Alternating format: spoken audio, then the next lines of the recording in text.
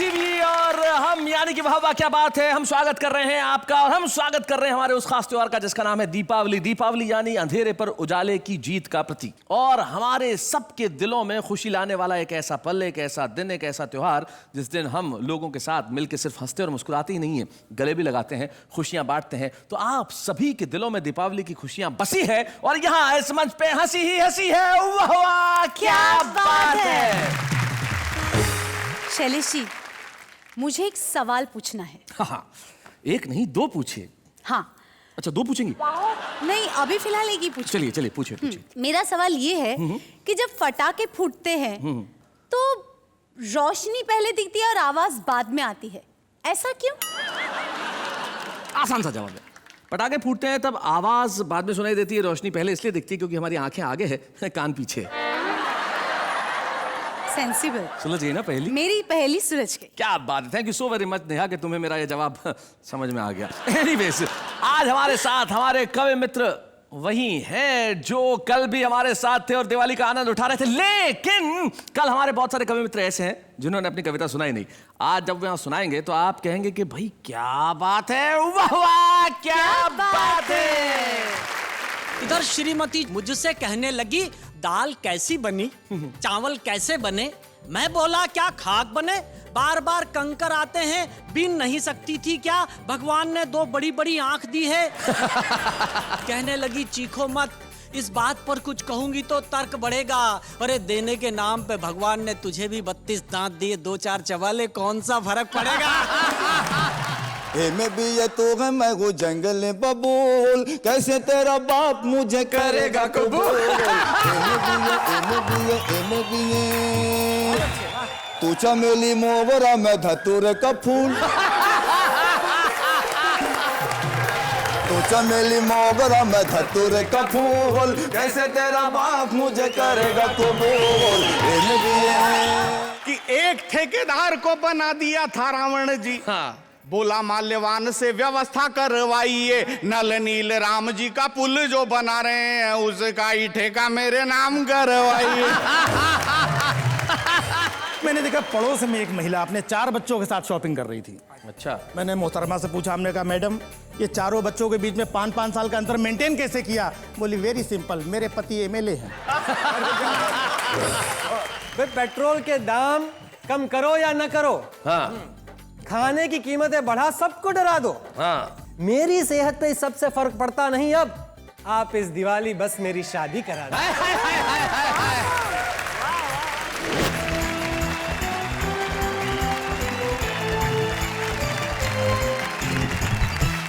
तो भाई प्रारंभ करते हैं हमारे कवियों की दीपमाला। यहाँ डॉक्टर सुरेश अवस्थी हैं, मुजावर मालेगावी हैं, ममता शर्मा, और इधर सरदार तुक तुक, संजय झाला और दिनेश दिग्गज है। भाई महफिल पूरी सजी हुई है, तमाम तरह के पटाखे हैं यहाँ पे।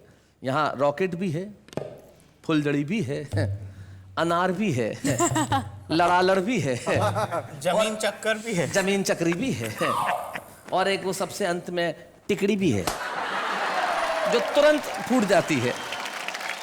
आइए पटाखों की इस लड़ालड़ को जलाएं। तो सबसे पहले मैं बुलाना चाहता हूं उसे जो बड़ा कमाल का कवि है। कौन?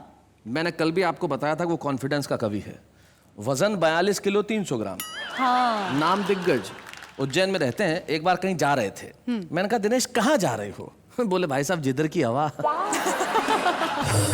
तो अपनी मर्जी से अपने सफर के कहाँ हम हैं, रुख हवाओं का जिधर का है उधर के हम हैं। लेकिन वो अपनी कविताओं की उड़ान में आपको वहां वहां ले जाएगा जहां जहां सिर्फ हंसी होगी। दिनेश दिग्गज।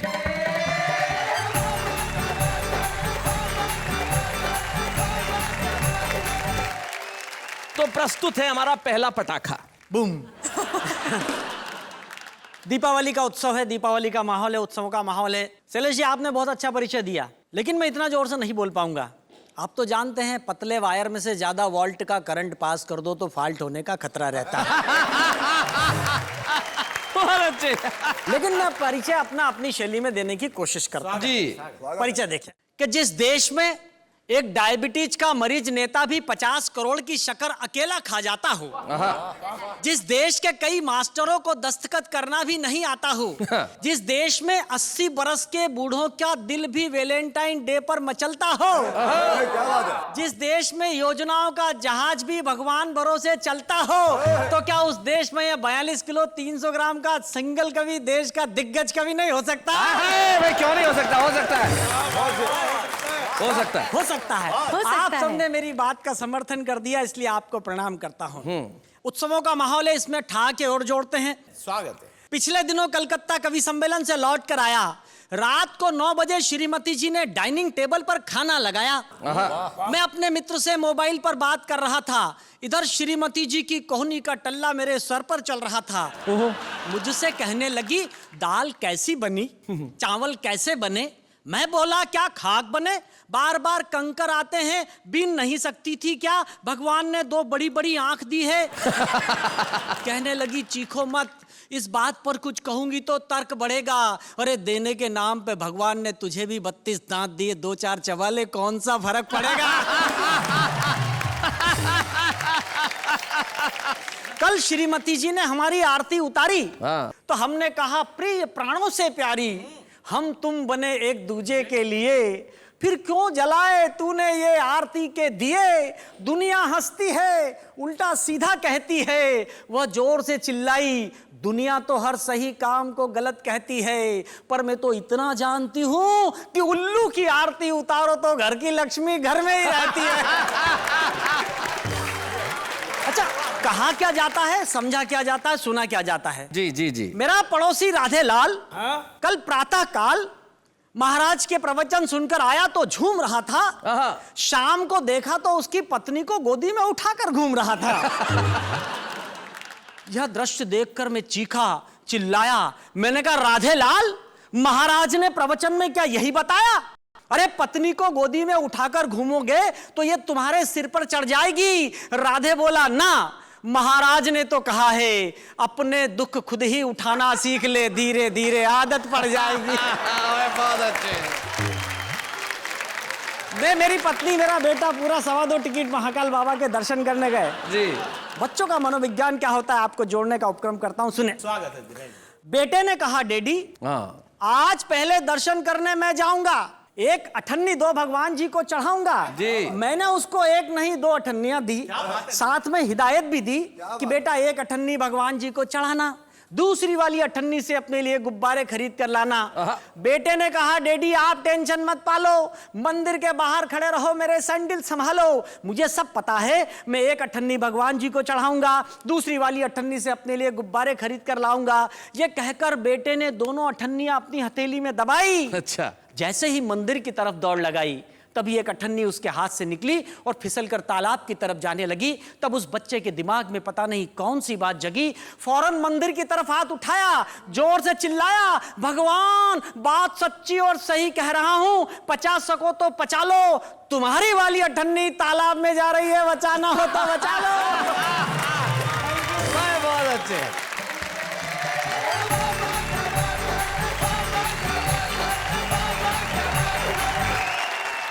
कविता पढ़ने के बाद दिनेश दिग्गज के चेहरे पे करुणा का ऐसा स्थायी भाव आ गया है, जैसे इसका जन्म चंदा लेने के लिए ही हुआ हो। क्या कमाल की कविता पढ़ी भाई, वाह वाह, अद्भुत। दिनेश दिग्गज, बहुत बढ़िया पढ़ा तुमने, बहुत मजा आया। आप कुछ कहना चाह रहे हैं डॉक्टर अवस्थी? नहीं, मैं शैलेश जी ये कहना चाह रहा हूँ कि दिनेश जी ने एक मुद्दा बहुत बढ़िया उठाया। जी। आदमी प्रवचन सुनने जाता है तो अपने मतलब की बात लाता है। हाँ। पत्नी को उठा के घूम रहा था इनके मोहल्ले में। जी। मेरे मोहल्ले में एक आदमी गया प्रवचन सुन के। अच्छा। सुन के लौटा, तुरंत काम वाली बाई से शादी कर ली, पत्नी को बाहर निकाल दिया। ओहो। मोहल्ले वालों ने पूछा, तूने ये क्या किया? बोले, बाबा जी ने प्रवचन दिया है, माया छोड़ो, शांति के साथ रहो। तो ये बताइए डॉक्टर साहब के शांति कैसी है? चारों तरफ शांति ही शांति है। तो भाई ये हमारी चुहलबाजी तो यहाँ यूं चलती रहेगी, लेकिन अगले कवि जो उस कोने में तैयार है बिल्कुल। यस। जब से कार्यक्रम शुरू हुआ उनकी निगाह सिर्फ तुम्हारी तरफ है, वो लगातार तुम्हें देखे जा रहे हैं। उनके लिए गीत भी लिखा हूँ सर मैं। अरे वहां से कह रहे हैं कि जो सुनाऊंगा उन्हीं के लिए लिखा हूँ। हाय हाय हाय हाय, ये जो हमारी भाषा का मजा है, ये जो हमारी दक्षिणी थोड़ी बहुत आती है, उन्हीं के लिए लिखा हूँ। तो जरा वहां से उठिए हल्लू हल्लू मुजावर मियाँ, और जरा यहाँ आइए, हम आपके लिए तालियां बजाएंगे ना। मुजावर मारेगा भी।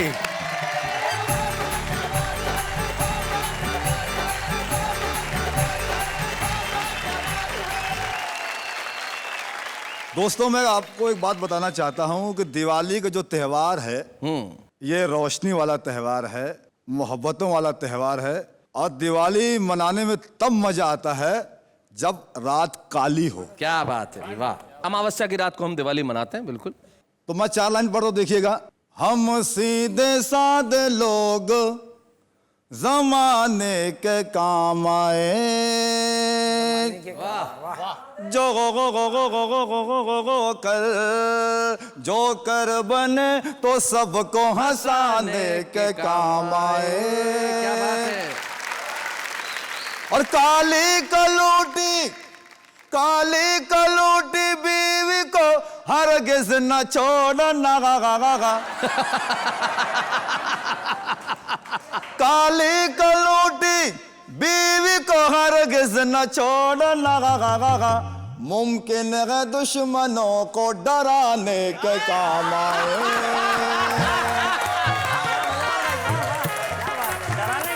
ये चश्मा जो है जी, उसकी खास बात क्या मालूम क्या? मैं हाजिर करता हूँ, सुनाए। बालों की नुमाइश में मगन देख रहा हूँ, और बरसों से जिसे उजड़ा चमन देख रहा हूँ। भाई आपके लिए नहीं है। बालों की नुमाइश में मगन देख रहा हूँ, बरसों से जिसे उजड़ा चमन देख रहा हूँ। जिस रोज से ससुरे का लगाया हूँ मैं चश्मा, जिस रोज से ससुरे का लगाया हूँ मैं चश्मा, मैं रात में बकरी को हिरन देख रहा हूँ। भाई क्या बात है भाई, मुजावर साहब क्या बात है भाई, एक बार जोरदार तालियां भाई, कमाल कर दिया। क्या आपके ससुरे के पास एक आध एक्स्ट्रा चश्मा हो तो भेजिए। इनको देखकर मुझे गीत याद आया। हाय हाय हाय हाय। अनएजुकेटेड मतलब जंगली बबूल लफ्ज इस्तेमाल किया मैं। जंगली बबूल, देखिएगा, ये इनके लिए आप इनके लिए। समर्पित कर रहे हैं, सुनिए। ए में भी ये तू है, मैं हूँ जंगली बबूल, बबू गो गो गो गो गो गो गो गो गो गो गो।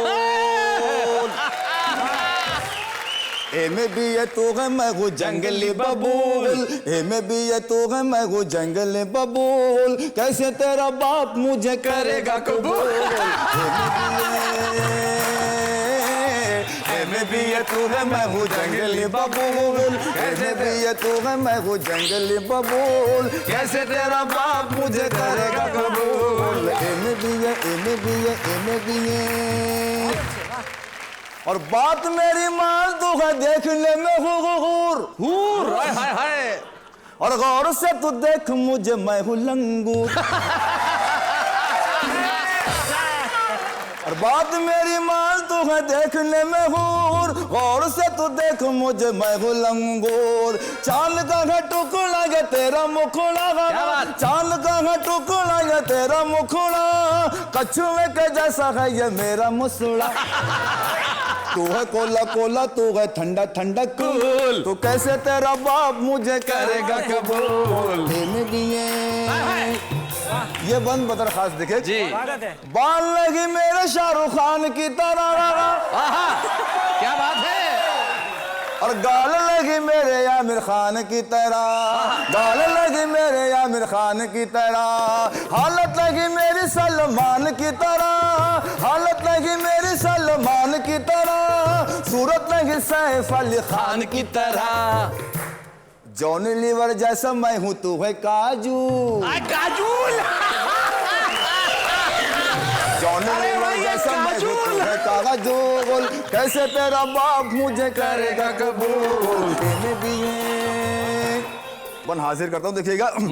जेल की हवाएं मैंने खाई कई बार, अच्छा, और गांव से हुआ हूँ कई बार तड़ी पार, गांव से हुआ हूँ कई बार तड़ी पार। तेरा बड़ा भाई जो है वो है हवलदार, जो है छोटा जज की चलाता है वो कार। आलू वाला मैं हूँ और तू है क्रीम रूल, क्रीम रूल। आलू वाला मैं हूँ और तू है क्रीम रूल। कैसे तेरा बाप मुझे करेगा कबूल, इन्हें भी ये तू है मैं हूँ जंगली बबूल। कैसे तेरा बाप मुझे करेगा कबूल, इन्हें भी ये आखिरी बंद जिस तरह मोहब्बत और संवाद कर रहे हैं, ये बहुत खास बंद देखिएगा जी। आगरा का ताजमहल है तेरा बदन, हाय हाय, और जुल्फों में तेरी तारों की गई अंजुमन, जुल्फों में तेरी तारों की गई अंजुमन। गेंदे जैसी मोटी मोटी खाल है मेरी, गेंदे जैसी मोटी मोटी खाल है मेरी। टीबी के मरीज जैसी चाल है मेरी। हाय हाय, तू चमेली मोगरा में धतूरे का फूल, चमेली मोगरा में धतूरे का फूल। कैसे तेरा बाप मुझे करेगा कबूल, इन्हें भी ये तू है मैं हूँ जंगली बबूल। कैसे तेरा बाप मुझे करेगा कबूल, कैसे तेरा बाप मुझे करेगा कबूल। क्या बात है।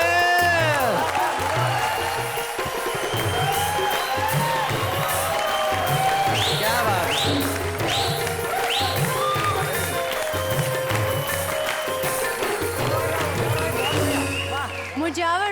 मुजावर भाई गया बेचारा, काम से गया। मुजावर भाई आपके लिए वाह वाह, क्या बात है, भाई, इतना अच्छा परफॉर्मेंस था आपका। बहुत बहुत भाई कमाल किया, धन्यवाद, बहुत बहुत शुक्रिया। एक बार एक आदमी ने अखबार में विज्ञापन दिया था कि पत्नी चाहिए, उसके पास 150 लेटर आ गए, हमारी ले जा। मैं जानता हूं कल से शहर शहर में काजोल को लोग काजोल नहीं काजूल ही कहेंगे, और कहेंगे कि काजूल मैं तुझे क्रीम रूल खिलाऊंगा। आपने जो एक नया मुहावरा गढ़ा है, नई भाषा गढ़ी है, उसके लिए वाह वाह, क्या बात है। और आइए अब मिलते हैं हम एक ऐसे कवि से जो नए नए मुहावरे गढ़ता है अपने अंदाज में। उसकी कविता में नाट्य होता है, उसकी कविता में अभिनय होता है, उसकी कविता में आवाज का उतार चढ़ाव होता है। कविताएं सुनाता है तो ऐसा लगता है कि आप वहां पे उपस्थित हैं, और वो हमारे यहाँ उपस्थित है। एक ऐसा कवि जिसे मैं प्यार से आलू कहता हूँ। आलू, और आलू इसलिए कहता हूँ कि आलू बहुत समाजवादी होता है। जरा उठो लाला, संजय झाला।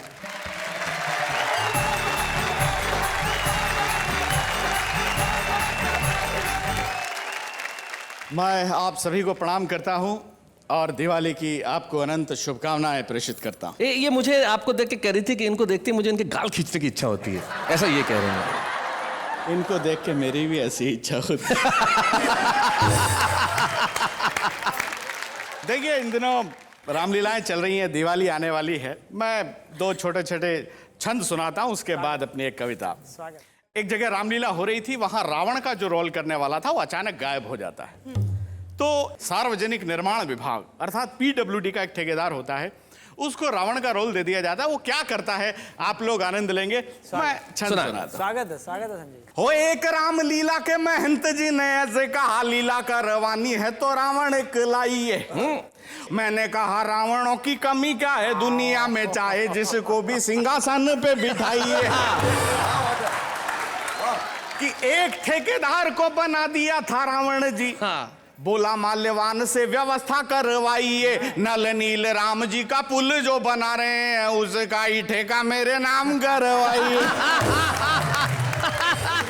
एक छंद और सुनाता हूं। बहुत अच्छे। एक कल्पना कीजिए कि नई नई अभिनेत्री का नया नया पति मरा है, यमराज आया हुआ उसे लेने, और भैंसा पार्क किया हुआ है पास में। दृश्य देखें, अपने मृत पति के जीवन दान हेतु एक अभिनेत्री यमराज सन खड़ी थी। कजरारे नयनों को तीखा कर रही थी कि उस समय लग रही सुंदर वो बड़ी थी। यमराज ने कहा मैं जिंदा इसे कर दूंगा, सुंदरी ये तेरी दशा नहीं देखी जाएगी, एक शर्त पर ही मैं इसे छोड़ रहा हूं कि इसे छोड़ आप मेरे साथ चली आएंगी। बहुत अच्छे। आपने फिल्म टाइटैनिक देखी होगी। मेरी एक कविता है इंडियन टाइटैनिक। वाह। इसमें जैसे उस टाइटैनिक में था, इस टाइटैनिक में भी तरह तरह के यात्री सवार होते हैं। मैं कविता आप तक पहुंचाता हूं। जी, और दीपावली पे तो एक कविता बिल्कुल मुफीद है कि इतने सारे क्रूज जाते हैं। कल्पना कीजिए दीपावली हाँ। के अवसर पे ऐसा कोई क्रूज जा रहा है। हाँ बिल्कुल, कविता प्रारंभ करता हूं। उफ, ओह, आह। क्या बात है। डोंट वरी, ये है मुंबई बंदरगाह। जहाज पर लिखा हुआ है नीति, नियम, न्याय और नैतिकता। जहाज रवाना होने से पहले इन चारों नन्नों का बड़ा शोरगुल था। टिकट एक भी नहीं बिका, लेकिन पूरा जहाज फुल था। टिकट चेक कराए गए, कुछ यात्री तहखाने में, कुछ मैखाने में, कुछ दिनेश जैसे थे घुसल खाने में पाए गए।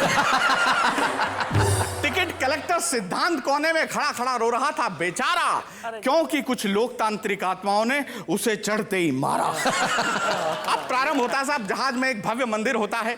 एक अमेरिका से यात्री आता है, स्टैनली मॉरिस नोबल। सोचता है भगवान के दर्शन कर लूं, पूरी यात्रा अच्छी निकलेगी। स्टैनली मॉरिस नोबल जो ही भगवान के मंदिर के दर्शन करके नीचे उतरा, जो ही एक चमत्कार हुआ, उसकी चप्पलें गायब थी। मॉरिस नोबल मंदिर की सीढ़ियों पर बैठकर रोने लगा। इतने में ही एक श्वेत, धवल, स्निग्ध और हिमाच्छादित देवदूत आकर उसे गीता का उपदेश देने लगा। मां शुचः, शोक मत कर, धैर्य धारण कर, जो होता है वो होता है बिल्कुल सही, मुझे देख मेरी भी गई।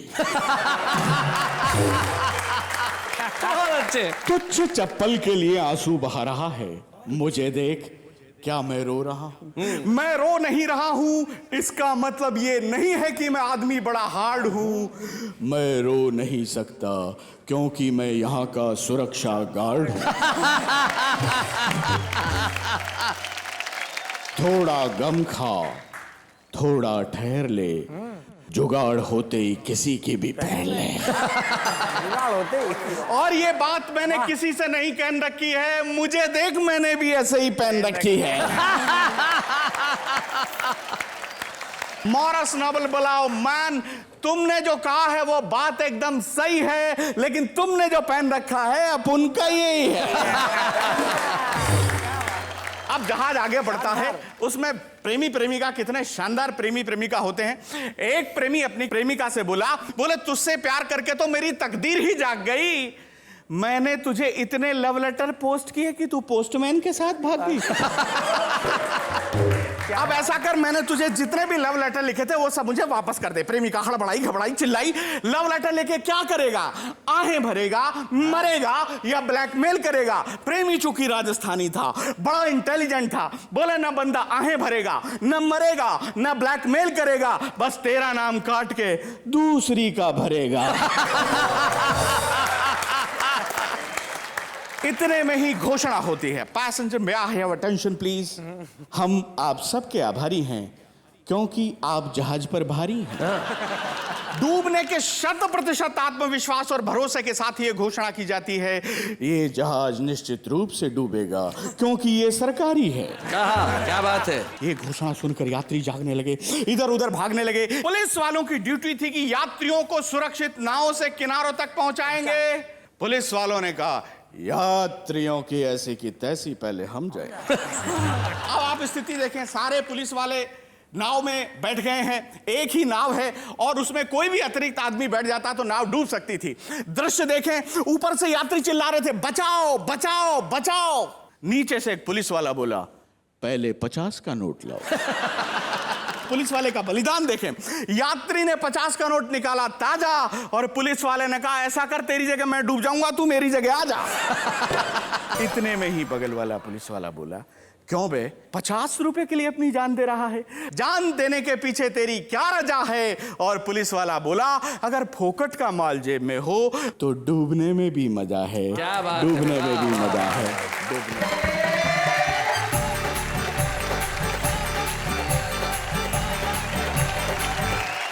वाह वाह, क्या बात है संजय जी। क्या बात है, ये आपके अंदाज में ही हाथ हिला रही हैं।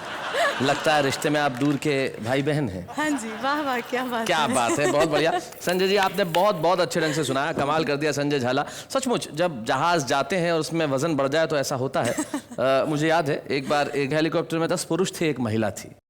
अब पायलट ने कहा कि भाई इसमें वजन ज्यादा है, कैसे उड़ेगा, किसी न किसी को तो कूदना पड़ेगा। तो क्या किया जाए, एक रस्सी लटका दी गई, उस रस्सी पे सारे पुरुष और वो महिला लटक गई। अब कूदे कौन? तो महिला ने भाषण देना शुरू किया, त्याग मैं करूंगी, कूदना मुझे ही पड़ेगा। मैं माँ हूं, मैं बहन हूं, मैं बेटी हूं, मैंने देश और समाज का निर्माण किया है। आज जब बारी आई है बलिदान की तो फिर से मैं ही कूदूंगी। जैसे ही भाषण समाप्त हुआ 10 ही पुरुषों ने ताली बजाना शुरू कर दिया। तो भाई इन्होंने तो हमारी दिवाली कमाल की कर दी। आप क्या कहना चाहती हैं इस पे? आपकी लाइफ में दिवाली की क्या इंपॉर्टेंस है? अरे मेरी तो शादी दिवाली की वजह से हुई। वाओ, हाँ। वो कैसे? अरे मेरी होने वाली वाइफ ने मुझे धमकी दी थी कि दिवाली तक मैं अपने माँ बाप से उसके बारे में बात कर लूं। एक मिनट, पर अगर आप दिवाली तक बात ना करते तो उसने कहा अगर दिवाली तक बात नहीं की तो उसके 2 दिन बाद ही भाई दूज आता है। तो स्वागत है आपका दिवाली का माहौल है और दिवाली के माहौल पे यहाँ पे हंसी के पटाखे हैं, व्यंग की फुलझड़ियां हैं और ठाके उस कार्यक्रम में जिसका नाम है वाह वाह क्या बात है।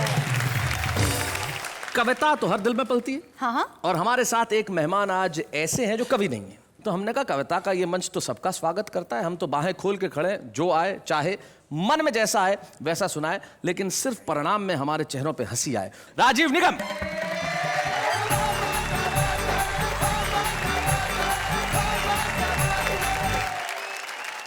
दीपावली के इस खास पावन पर्व पर ये मंच सजा हुआ है। सभी लोगों को मैं प्रणाम करता हूँ नमस्कार। और दीपावली की आप सभी को बहुत शुभकामनाएं देता हूँ। कितनी लाइटिंग वाइटिंग कर रखी है, कितने लैंप जल रहे हैं। वैसे इतने जलाने की क्या ज़रूरत थी, एक हेलोजन ही काफ़ी था। तो चलिए सबसे पहले मैं अपना परिचय देना चाहूँगा कि मेरा नाम राजीव निगम है। मैं एक शादीशुदा व्यक्ति हूँ जी। इसमें हंसने की कोई बात नहीं है। मेरी भी एक प्राइवेट पत्नी है। प्राइवेट? जी हाँ, प्राइवेट है। सबकी प्राइवेट होती है, सरकारी किसी की नहीं होती है। दिवाली का दिन यूपी के लिए बड़ा खास होता है जी। क्योंकि यही वो दिन होता है जब यूपी में कहीं पर अंधेरा नहीं होता। बहुत अच्छे। लाइट से लोग इतना त्रस्त हैं कि पूछिए मत, और लाइट के बिल से उससे ज्यादा त्रस्त हैं। जी। एक शख्स तो चिल्ला रहा था, कहने लगा ये देखो मेरा लाइट का बिल 50 रुपए आ गया। मैं बोला इस महंगाई के जमाने में 50 रुपए में ये हालत हो रही है? बोले भाई साहब आपको पता नहीं है, सिर्फ कैंडल और माचिस ढूंढने के लिए लाइट जलाता हूँ फिर बंद कर देता हूँ। भाई बहुत पीछे से दूसरा आदमी चिल्लाया 50 रुपए तो छोड़ो, मेरा बिल देखो 20 रुपए आया है। हमने कहा 20 रुपए में तू चिल्ला रहा? बोले भाई साहब आपको पता नहीं, मेरे घर में लाइट का कनेक्शन ही नहीं है फिर भी बिल भेज दिया। बहुत भाई राजीव जी बहुत अच्छे। दिवाली के लिए मैं अपने बच्चों को लेकर के बाजार गया, फुलझड़ी अनार पटाखे वगैरह दिला रहा था। तभी मैंने देखा पड़ोस में एक महिला अपने 4 बच्चों के साथ शॉपिंग कर रही थी। अच्छा। लेकिन खास बात यह थी कि उन 4 बच्चों में 5-5 साल का अंतर था। मैंने मोहतरमा से पूछा, हमने कहा मैडम ये 4 बच्चों के बीच में 5-5 साल का अंतर मेंटेन कैसे किया? बोली वेरी सिंपल, मेरे पति एमएलए हैं। मेरे पति एमएलए हैं, 5 साल में सिर्फ एक ही बार आते हैं। तभी पीछे से देखा एक 3 साल का बच्चा मम्मी मम्मी कहते हुए आगे आया। मैं बोला ये 3 साल का ये क्या है? बोले देश में कभी कभी मध्यावधि चुनाव भी हो जाते हैं। और वैसे देखा जाए आजकल हर पत्नी अपने आप में रानी लक्ष्मीबाई है। क्या बात। बच्चे को बाई की गोद में डालकर पति की लक्ष्मी निकाल के रानी बनी घूम रही है। क्या बात है, बहुत बढ़िया। अच्छी बात है। तो मेरी भी जो पत्नी है मैं आपको बता दूं कि बड़ी प्यारी है, बड़ी सुंदर है, चिकनी बम पटाखा आइटम है एकदम। ऐसा मेरे मोहल्ले के लड़के बोलते हैं। लेकिन ऐसी बात नहीं कि मेरी पत्नी सुंदर नहीं है। मेरी पत्नी मेरे बॉस की पत्नी से ज्यादा सुंदर है, ऐसा मेरा बॉस बोलता है। जबकि हकीकत यह है कि वो 1 नंबर की कामचोर, दुष्ट, निकम्मी, नालायक, ऐसा तो मैं बोल ही नहीं सकता, मेरी माँ बोलती है। अब आप सोचते होंगे कि मैं क्या बोलता हूं, तो मेरी इतनी हिम्मत कहाँ कि उसके सामने मैं कुछ बोलूं। दूसरे की पत्नी के बारे में सुन के बड़ा मजा आ रहा है। तो मैं ये बता दूं कि ये मेरी पत्नी का किस्सा नहीं, ये दिग्गज साहब बैठे हैं, बोलना भूल गए थे, उनकी पत्नी का किस्सा है।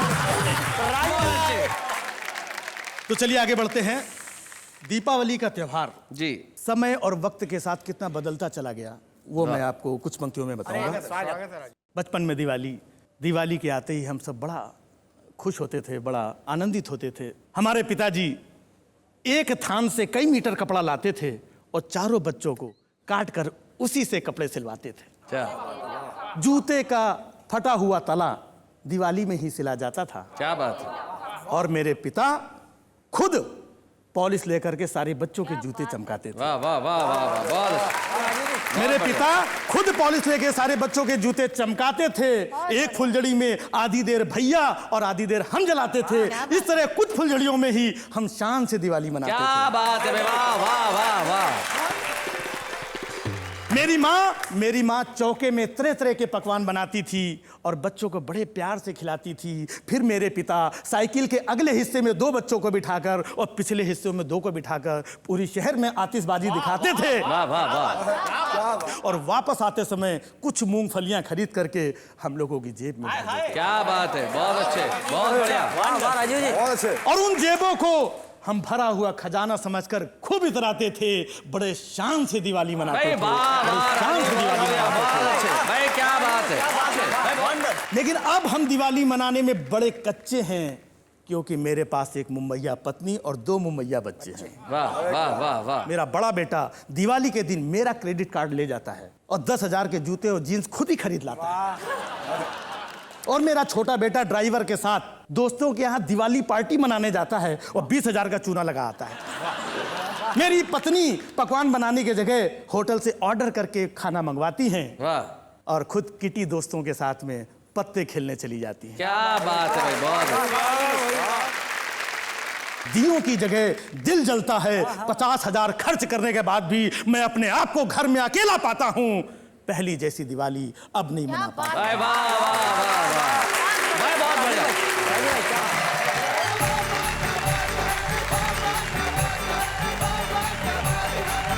क्या बात है भाई। राजीव कह रहे थे कि वो कवि नहीं है, लेकिन जिस ढंग से उन्होंने सुनाया निश्चित तौर पे बेहद प्रभावी था। और दिवाली की बात कर रहे थे कि पहले दिवाली कुछ और थी और आज दिवाली कुछ और है। तो इस सच पे मुझे अपनी एक बेहद प्रिय पंक्ति याद आती है जो किसी कविता में मैंने कही थी कि 21वीं सदी का बस इतना सा प्रभाव है, पहले अभावों में खुशियां थी, अब खुशियों का अभाव है। अरे क्या बात है। वाह। क्या बात है शैलेश जी। भाई दिवाली का माहौल है और दिवाली के माहौल पे सिर्फ पटाखों की आवाज ही नहीं होती। इन दिनों आपके घरों में आवाज हो रही है ठहाकों की भी, क्योंकि आपके साथ है वाह वाह क्या बात है। शैलेश जी, जी अगर आपको दिवाली पे सिर्फ एक चीज लेने की इजाजत दी जाए तो आप कौन सी चीज लेंगे? आपसे दूर होने की इजाजत। नहीं, मेरे कहने का मतलब ये सवाल तो मुझे आपसे करना चाहिए कि अगर आप सिर्फ एक चीज लेने की इजाजत हो आप तो क्या लेंगे आप? मैं बिना लिमिट का क्रेडिट कार्ड। क्यों, मैंने जो आपको दे रखा है वो आपने खो दिया है? नहीं, वो उसकी लिमिट खत्म आने को ही है। लिमिट खत्म होगी ही ना, क्योंकि महिलाओं को शॉपिंग से दूर रखना मुश्किल ही नहीं नामुमकिन है। खैर इन्हें तो मैं शॉपिंग से दूर रख लूंगा, लेकिन जो हमारा आम आदमी जिसके भीतर कविताएं हैं उसे कविताओं से दूर रखना थोड़ा सा मुश्किल है। वो कैसे अपनी कविताएं बाहर लेके आता है, जरा देखते हैं। मत पूछ मोहब्बत में क्या क्या जख्म खाए हैं, उसके घर के सामने हिमेश के गाने गाए हैं। हर महीने बढ़ जाता है मोबाइल का बिल और अब इसीलिए नहीं लगता मेरा पढ़ाई में दिल। कुछ पल मिलते हैं कुछ पल के लिए, इसलिए जी लो इन्हें हर पल के लिए। ये वक्त तो एक रेत की तरफ फिसल जाएगा और दे जाएगा यादें उम्र भर के लिए। सावन का महीना और पवन करे शोर, अरे अपनी ही शायरी सुन के मैं खुद हो गया हूँ बोर। तेरी झील सी आंखों में डूब जाने को जी करता है, मगर क्या करो तेरा इतना बड़ा चश्मा बीच में आ जाता है। Baa baa black sheep have you any wool, जब पापा जाते हैं ऑफिस मम्मी को जाते हैं भूल। हैप्पी दिवाली। बाबा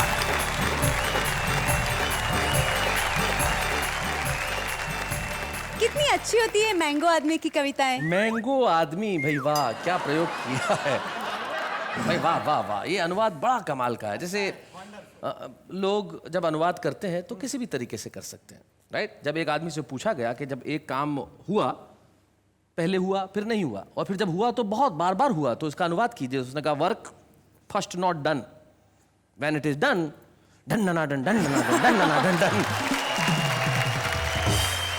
तो ये उसी तरह का अनुवाद था। लेकिन आम आदमी अपनी कविताएं इसलिए सुनाता है कि उसमें कहीं चाह है कि वो प्रसिद्ध हो। हमारे ऐसे ही मित्र हमारे एक साथ हैं जिन्होंने अभिनय के क्षेत्र में बड़ा नाम किया है। उन्होंने बहुत सारे सीरियल्स में अभिनय किया, कुछ अंतर्राष्ट्रीय फिल्मों में अभिनय किया, लेकिन आपके दिलों पे छा गए वो सिर्फ एक नाम से, पत्रकार पोपटलाल यानी कि श्याम पाठक।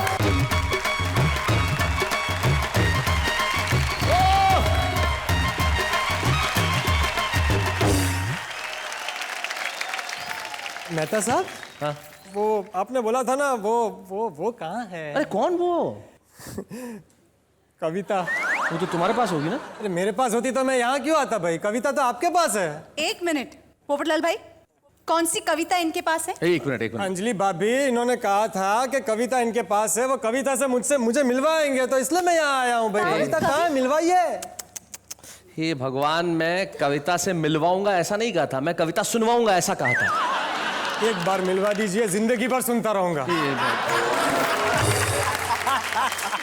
देखो तुम पोपटलाल भावनाओं में मत बहो, इमोशन में मत आओ। देखो करोड़ों लोग इस प्रोग्राम को देखते हैं और करोड़ों लोग हैं मतलब करोड़ों लड़कियां भी होंगी। क्या बात कर रहे हैं? और करोड़ों लड़कियां प्रोग्राम देख रही होंगी और कविता का प्रोग्राम है मतलब उन्हें कविता से प्यार होगा। 4 लाइन सुना दो, हो सकता है तुम्हारी कविता सुन के कोई तुम्हें पसंद कर ले। अच्छा हाँ तो ठीक है, फिर सुनिए। सुनाइए। हाँ देखिए, वैसे मैं कवि तो हूँ नहीं जी। यहाँ बैठे हुए सारे दिग्गज कवि और हमारे देश के सारे महान कवियों को शत प्रणाम करके मैं एक छोटी सी कोशिश करता हूँ। जी सुनाइए। भाई, पेट्रोल के दाम कम करो या न करो, हाँ, खाने की कीमतें बढ़ा सबको डरा दो, हाँ, मेरी सेहत पे इस सबसे फर्क पड़ता नहीं। अब आप इस दिवाली बस मेरी शादी करा दो।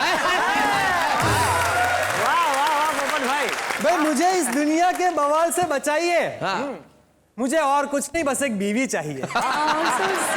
तो यहाँ बैठी सारी महिलाएं जरा गौर कीजिएगा, मुझे और कुछ नहीं, बस एक बीवी चाहिए। मैं भी दिवाली मनाना चाहता हूँ, एक हमसफर के साथ फुलझड़ी जलाना चाहता हूँ। बस एक फुलझड़ी दिला दो, आप इस दिवाली मेरी शादी करा दो। भले ही शादी के बाद हर आदमी का मामला चौपट होता है, पर शादी के पहले हर आदमी पोपट होता है। Thank you so very much यहाँ आने के लिए, thank you so very much. क्या बात है, वाह।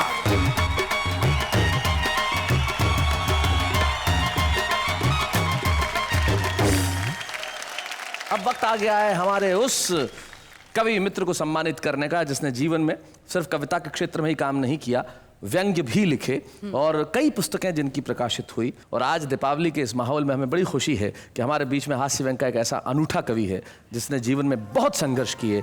उसके संघर्षों को मैंने करीब से देखा है, लेकिन हर संघर्ष के बाद वो हंसी निकाल के लाता है। संजय झाल।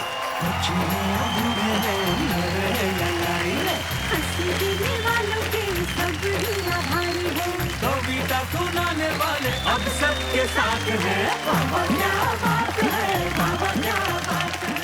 संजय, हम आपका स्वागत करते हैं और जैसी कि परंपरा है कि परिवार का एक सदस्य यहाँ उपस्थित रहता है और आपकी जीवन संगिनी यहाँ उपस्थित है, मुझे बड़ी खुशी होगी छाया को यहाँ बुलाने में। छाया जी आइए।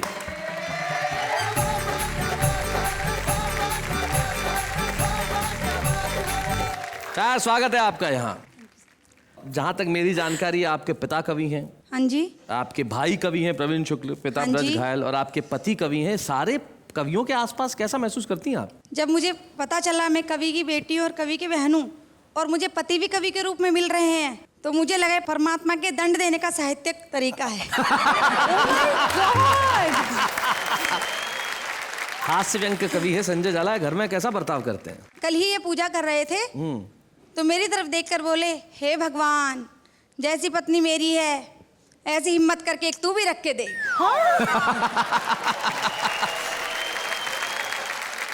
अच्छा, आपके दो बेटे हैं ईशान और अभिसार। हाँ जी। भाई पिता कवि, भाई कवि, आपका ये कवि, तो उसमें उनमें कुछ कविता के गुण आए हैं क्या? हाँ जी, मेरा छोटा बेटा ईशान एक दिन मेरे पास आया और बोला, मम्मा मैंने एक कविता लिखी है। अच्छा। तो मैंने कहा बेटा सुनाओ। बोला, मम्मा मैं आपका, शानू भैया बाप का। क्या कविता है भाई, बहुत अच्छे, क्या बात है। इस दिवाली की आपको ढेर सारी शुभकामनाएं, आपके जीवन में बेहद आनंद बना रहे, उत्सव रहे हमेशा। रमेश गुप्ता चातक कहते हैं कि हो चाहे तिमिर घना, दीपावली कायम रहे, जिंदगी के इस नगर में एक गली कायम रहे। और परछाइयां कहने लगी ये तो समय का फेर है, हो चाहे बीमार जितने, जिंदा दिली कायम रहे। वाह वाह, क्या बात है। कायम रहेंगे हम भी और कायम रहेंगे आप भी, हम हंसाने के लिए और आप हंसने के लिए। अगले शनिवार रात ठीक 10 बजे उसी कार्यक्रम में जिसका नाम है वाह वाह क्या बात है।